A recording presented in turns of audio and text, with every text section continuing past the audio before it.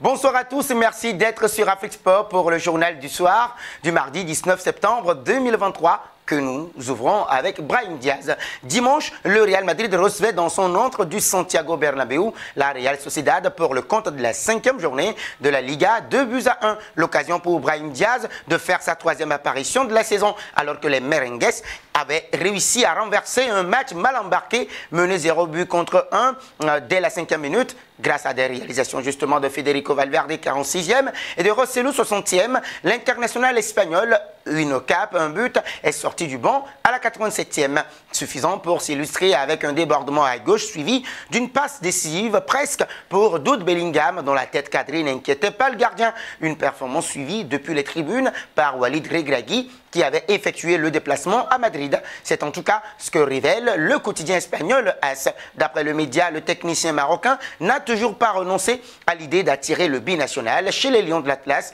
et caressait toujours l'espoir de le voir disputer la prochaine Coupe d'Afrique des Nations 2023 en Côte d'Ivoire. Cette information intervient alors que le natif de Malaga ressentirait une certaine lassitude de ne plus être appelé en sélection en équipe d'Espagne. Justement, sa dernière convocation remonte à novembre 2021 et pourrait songer à rallier la sélection marocaine. Fin août dernier, Walid Regragui avait adressé un nouvel appel du pied parfait au récent demi-finaliste de la Ligue des Champions avec le Milan AC. Bien sûr que Brahim nous intéresse, c'est un joueur qui a de la qualité et qui peut aider l'équipe nationale, avait-il notamment déclaré. La saison dernière, l'ancien coach du Wydad Casablanca s'était déjà rendu à Milan pour observer le gaucher. On a eu une discussion sincère, il a été honnête justement, avait-il rapporté à l'époque.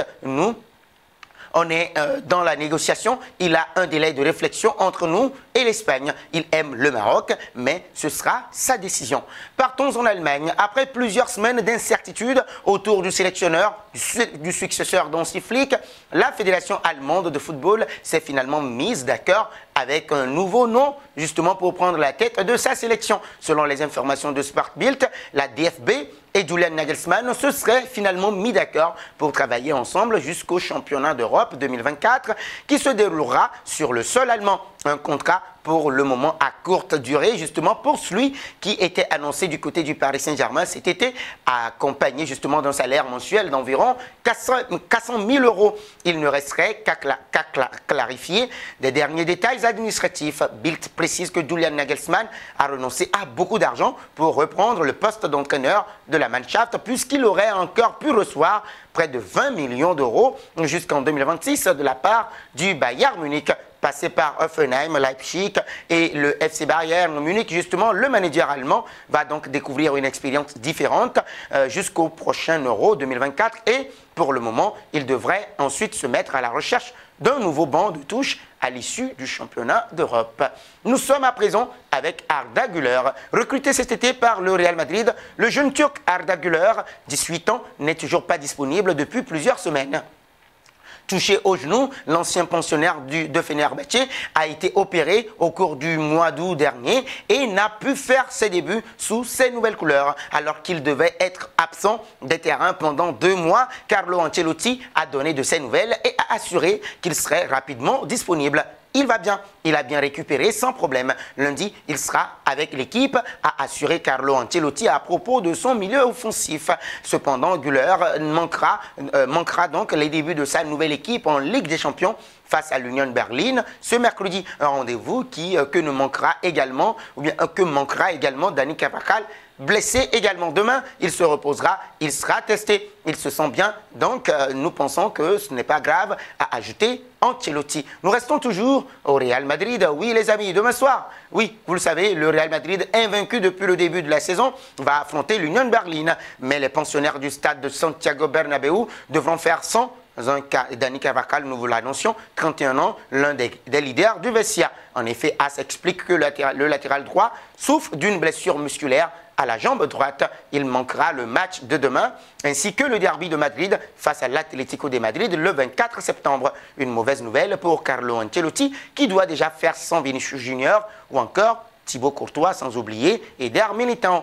Nous terminons avec Manuel Ugarte, arrivé lors du dernier mercato estival au Paris Saint-Germain. Manuel Ugarte est la nouvelle recrue parisienne pour le moment.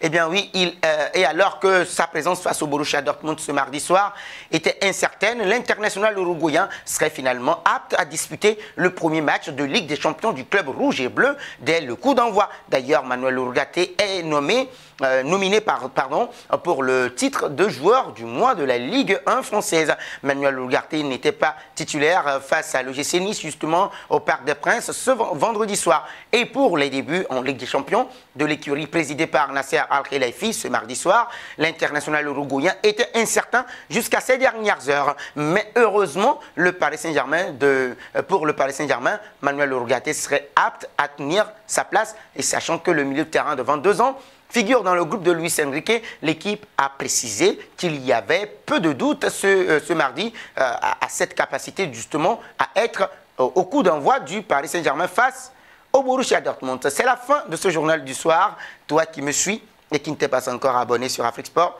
c'est le moment de le faire. Et n'hésite pas d'activer la cloche de notification pour ne rien rater de l'actualité sportive.